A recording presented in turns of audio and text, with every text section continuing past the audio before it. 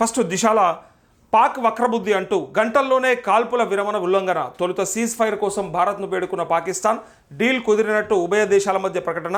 అనంతరం తిరిగి డ్రోన్లు పంపిన దాయాది. సరిహద్దు వెంట జమ్మూ నుంచి గుజరాత్ వరకు అట్లే తిప్పికొట్టిన భారత్. పలు చోట్ల డ్రోన్ల కూల్చివేత. మళ్ళీ సరిహద్దు రాష్ట్రాలు అలర్టు, సైరన్ల మోత అంటూ ఇక పాకిస్తాన్ నుంచి దూసుకొచ్చిన డ్రోన్లు. వీళ్ళు సీజ్ ఫైర్ ప్రకటించి ఇక మనం ఇద్దరం కలిసి మాట్లాడుకుందాం తప్ప కొట్లాడుకున్నాడు వద్దు అని చెప్పి అన్నట్టుగా ఇక్కడ ఆల్రెడీ డీల్ కుదిరినట్టుగా ప్రకటించేసుకున్నాయి రెండు దేశాలు, ఇటు ఇండియా అటు పాకిస్తాన్. కానీ కొద్దిసేపట్లనే ఈ డ్రోన్లు రావడం పట్ల విపరీతమైనటువంటి వ్యతిరేకత ప్లస్ కోపం వచ్చేసింది ప్రజలకి, దేశ ప్రజలకి. అరే మరి అట్లాంటప్పుడు అసలు ఎవడు డీల్ కుదిర్చిండు, ఎవడు మాట్లాడిండు మధ్యలో, మరి అవసరం ఏముంది ఇలా, ఎందుకు ఇట్లా భయపడతా ఉన్నారు, ఇవన్నీ కూడా బయటకు వస్తూ ఉన్నాయి. ఇలా దానికి సంబంధించి కూడా సోషల్ మీడియాలో ఎక్కడికక్కడ పాత వీడియోలు తీసి ట్రోల్ చేస్తూ ఉన్నారు. సో ఇక్కడ పాక్ తన వంకర బుద్ధిని మరోసారి బయటపెట్టింది. పాక్ దాడులకు ఇండియా ధీటుగా జవాబిస్తోంది. భారత్ ప్రతిస్పందన దాడులతో బెంబెలెత్తిన పాక్ శనివారం కాల్పుల విరమణకు ప్రతిపాదన చేసింది. పాకిస్తాన్ది శాంతి పదమని పేర్కొంటూ సీజ్ ఫైర్కు ఒప్పుకోవాలని భారత్కు విజ్ఞప్తి చేసింది అంటూ ఇందుకు భారత్ సైతం అంగీకరించింది. ఇందుకోసం రాత్రి పగలు సంప్రదింపులు జరిపామని అమెరికా అధ్యక్షుడు డొనాల్డ్ ట్రంప్ సైతం ప్రకటించుకున్నారు. ఈ ప్రకటన వెలువడిన కొన్ని గంటల వ్యవధిలోనే పాక్ డీల్ని ఉల్లంఘించింది. భారత్ పైకి డ్రోన్లతో దాడికి యత్నించింది. పెద్ద సంఖ్యలో డ్రోన్ల కదలికలు కనిపించడంతో భారత ఆర్మీ ఎయిర్ డిఫెన్స్ వ్యవస్థను యాక్టివేట్ చేసినట్టు తెలిసింది. కాగా డ్రోన్లు కనిపిస్తే వాటిని కూల్చేయాలని బార్డర్ సెక్యూరిటీ ఫోర్స్కు ఆదేశాలు జారీ అయ్యాయి. దీంతో పలు చోట్ల డ్రోన్లను కూల్చివేసింది అంటూ అసలు ఇంకా ఎక్కడ నీతి ఉంది, ఎక్కడ నియమాలు ఉన్నాయి, అసలు ఏం పెట్టుకుంటున్నారు, ఏం జరుగుతూ ఉంది, ఇరు దేశాల మధ్య ఉండాల్సినటువంటి ఆ ఒప్పందాలేంటి, ఇలా ఇంత పెద్ద యుద్ధంకు తెరదీసిన తర్వాత సీజ్ ఫైర్ అని చెప్పి వెంటనే అంటే వాడిని ఎట్లా నమ్మాల్సి వచ్చింది, అసలు ఆడు దొంగ అని తెలిసిన తర్వాత కూడా వాడిని ఎందుకు నమ్మినరు, నమ్మాల్సిన అవసరం ఏమున్నది, వాడిని కథం పట్టిస్తే అయిపోతుంది కదా. 1971లో మరి ఇందిరాగాంధీ తీసుకున్న నిర్ణయానికి ఇలా దేశ ప్రధాని నరేంద్ర మోడీ తీసుకున్న నిర్ణయానికి పోలికతో పాటు ఇలా మరి ఆ మాటలన్నీ కూడా యాడ్ చేసుకుంటూ ఉన్నారు ప్రజలంతా. సో వాడిని ఎట్లా నమ్మాల్సి వచ్చింది. మరి ట్రంప్ చెప్పిండని చెప్పగానే ఇక ట్రంప్ కూడా ప్రకటించేసుకున్నాడు, నేనే కష్టపడ్డా, వీళ్ళిద్దరి మధ్య నేనే మాట్లాడినా, నేనే సెడి చేసిన అన్నట్టుగా చెప్పుకున్నాడు. ఏమైంది సెడి చేస్తే? మళ్ళీ ఉల్లంఘన ఎందుకు జరిగింది, మరి ఒప్పందాలు ఎందుకు ఇంకా దీనికి అంటే దీన్ని బట్టి చూస్తే అసలు మనము ఊరుకున్నా వాడు ఊరుకునేటట్టుగా అనిపిస్తలేడు. అట్లాంటప్పుడు ఎందుకు మరి వాడు అంతగానో ఎగిరి పడతా ఉంటే, మిడిసి పడతా ఉంటే వాడిని తొక్కాలనా తొక్కద్దా, మళ్ళీ లేవకుండా వాడిని అక్కడ బొందబెట్టాలన్నా పాత్రేయాలన్నా లేదా అని చెప్పాలి.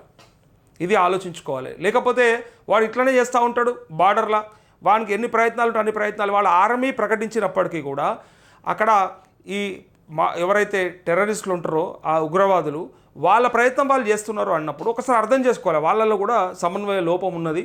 సో వాళ్ళు ఎట్లా ప్రకటిస్తారు, ప్రకటించిన తర్వాత మళ్ళీ డ్రోన్లు ఎందుకు వస్తాయి.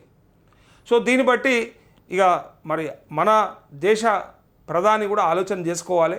మరి ఆగడమా, మరి వాళ్ళ ఒప్పందం చేసుకొని కూడా ఉల్లంఘిస్తే మనం ఏం చేయాలి, అసలు దానికి ఏమైనా సమాధానం చెప్పేది ఉందా లేదా. డ్రోన్లను కూల్చేయడమే కాదు, అసలు వాడిని డ్రోన్లే వేయకుండా చేసే పరిస్థితి తీసుకురావాలి. దానికి ఏం చేయాలనేది ఇలా దేశ ప్రజలంతా కోరుకుంటున్నారు. అసలు వాడు వేయాలన్న ప్రయత్నం ఉంటే కూడా అసలు మన ఆలోచననే తొక్కి పడేసేయండి అని చెప్పి అంటా ఉన్నారు.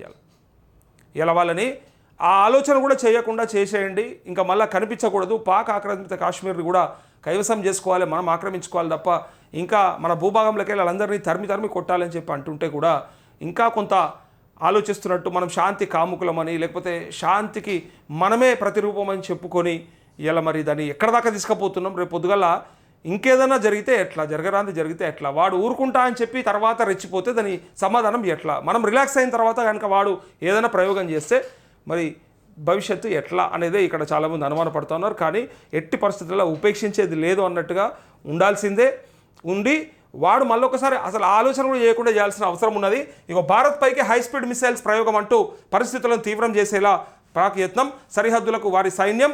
ఆర్మీ కల్నల్ సోఫియా ఖురేషీ శత్రు చర్యలను ధీటుగా ఎదుర్కొన్నాం వింగ్ కమాండర్ వ్యోమికా సింగ్ అంటూ ఇక్కడ చూడండి, సరిహద్దులకు వాళ్ళ సైన్యాన్ని పంపించినాక పరిస్థితులను కావాలని తీవ్రతరం చేసేలాగా ప్రయత్నం చేస్తూ ఉంటే ఇక్కడ హై స్పీడ్ మిసైల్స్ కూడా ప్రయోగం చేయాలని చెప్పి ఆలోచన చేస్తూ ఉంటే మనం ఎందుకు ఊరుకోవాలి, అసలు మనకేమక్కర. అందుకే ఇక్కడ ఆర్మీ కల్నల్ సోఫియా ఖురేషీ కూడా ఎట్టి పరిస్థితులలో ముందుకే వెళ్తాం తప్ప ఇక తగ్గేది లేదనేటట్టుగా ప్రకటించినట్టుగా నిన్న చూసినాం. సో శత్రు చర్యను కూడా ధీటుగా ఎదుర్కొంటామని వింగ్ కమాండర్ వ్యోమికా సింగ్ కూడా నిన్న ప్రకటించింది. అయితే ఈ హై స్పీడ్ మిసైల్స్ ప్రయోగం చేయాలని వానికి ఆలోచన వచ్చిందే అనుకుందాం.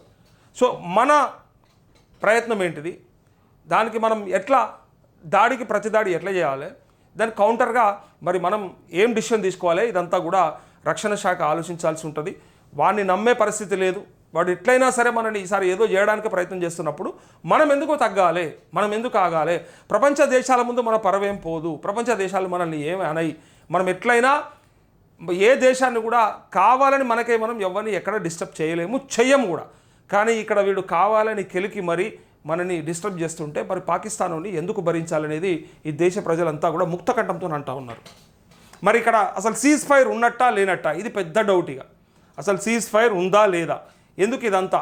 మరి సీజ్ ఫైర్ ఉన్నదని చెప్పి అనుకున్న తర్వాత రెండు దేశాల మధ్య ఇక ఒప్పందం అయిపోయింది, ఇక యుద్ధం లేదు ఏం లేదని చెప్పి నిన్న వార్ ద ఎండ్ అని పెట్టుకున్నారు. అందరూ కూడా సోషల్ మీడియాలో స్టేటస్లో వార్ ద ఎండ్ అని పెట్టుకున్నారు. ఇక్కడ చూడండి,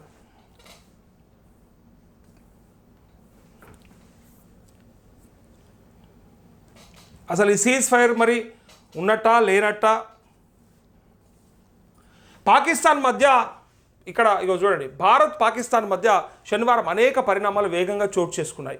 డ్రోన్ దాడులతో రోజు మొదలైంది. ఈ డే స్టార్ట్ అవ్వడమే డ్రోన్ దాడులతో స్టార్ట్ అయింది. ఆ దాడులను భారత్ తిప్పికొట్టింది. 8 పాకిస్తాన్ సైనిక స్థావరాలను లక్ష్యం చేసుకొని భారత్ కౌంటర్ అటాక్ చేసింది. ఆ తర్వాత మధ్యాహ్నం 3:30 గంటలకు సీజ్ ఫైర్ కోసం పాకిస్తాన్ నుంచి ఇండియాకు ప్రపోజల్ వచ్చింది. 5 గంటల నుంచి ఆ ప్రతిపాదన అమల్లోకి వచ్చింది. సోమవారం ఇరు దేశాల డీజీఎంఓల తదుపరి చర్చలు జరుపుతారని కేంద్ర విదేశాంగ శాఖ వెల్లడించింది. ఇదిలా ఉండగా చీకటి పడగానే మళ్ళీ ఈ సీజ్ ఫైర్ ఉల్లంఘిస్తూ పాకిస్తాన్ డ్రోన్లను పంపింది. పాకిస్తాన్ కాల్పుల విరమణ ఒప్పందాన్ని ఉల్లంఘించిందని భారత్ సీరియస్ అయింది.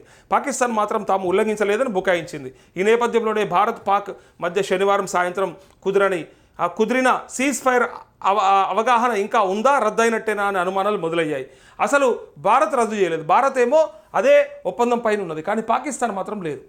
ఇగో సీజ్ ఫైర్ డీల్ ఉందా లేదా అనే ప్రశ్నకు సమాధానం పాకిస్తాన్కు కేంద్ర విదేశాంగ శాఖ ఇచ్చిన సమాధానంలో మనకు దొరుకుతుంది. సీజ్ ఫైర్ డీల్ని పాకిస్తాన్ ఉల్లంఘించిందని స్పష్టంగా చెప్పిన కేంద్ర విదేశాంగ శాఖ కార్యదర్శి మిస్రీ ఆ ఉల్లంఘనలపై పాకిస్తాన్ తగిన చర్యలు తీసుకోవాలని, ఆ పరిస్థితులను బాధ్యతాయుతంగా డీల్ చేయాలని సూచించారు. ఇలాగే పాకిస్తాన్ ఉల్లంఘనలకు పాల్పడితే వారి దాడులను తిప్పికొట్టాలని భారత సైన్యానికి స్పష్టమైన ఆదేశాలు ఇచ్చామని హెచ్చరించారు. అంటే పాకిస్తాన్ కాల్పుల విరమణ ఉల్లంఘించిందని చెప్పి వార్నింగ్ ఇచ్చారు, కానీ సీజ్ ఫైర్ ఒప్పందాన్ని రద్దు చేసుకుంటున్నామని, ఒప్పందం నుంచి తప్పుకుంటున్నామని చెప్పలేదు. సీజ్ ఫైర్ ఉల్లంఘనలు జరగకుండా చూసుకోవాలని హెచ్చరించడంతో ఈ డీల్ కాపాడుకోవాలని పరోక్షంగా పాకిస్తాన్కు స్పష్టం చేసినట్టు చర్చిస్తున్నారు అంటూ ఇక్కడ ఈ సీజ్ ఫైర్కి సంబంధించి మనం మాత్రం ఒప్పుకున్నట్టు, మనం మాత్రం ఆ ఒప్పందాలకు కట్టుబడి ఉన్నట్టు, వాడు మాత్రం ఒప్పందాలకు కట్టుబడి లేడు. కాబట్టి ఇప్పుడు ఇమీడియట్గా యాక్షన్ ఏంటిది అనేది అందరూ చూస్తూ ఉన్నారు. సో దాని ప్రకారంగానే యుద్ధం మాత్రం కంటిన్యూ అవుతుందనే చెప్పుకోవచ్చు. ఎందుకంటే వాడు రెచ్చగొడుతున్నా కొద్ది కూడా మనం ఊరుకోవాల్సిన అవసరం లేదనేది చాలామంది భావన.